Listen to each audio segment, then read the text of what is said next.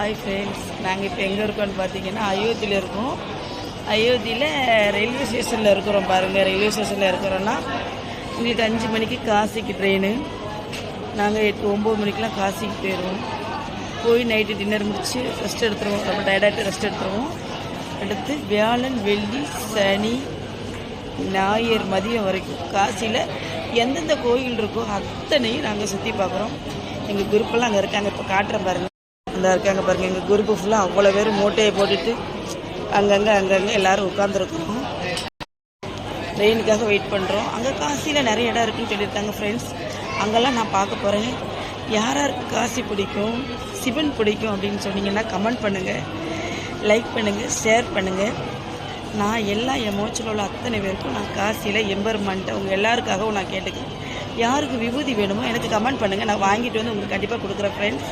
address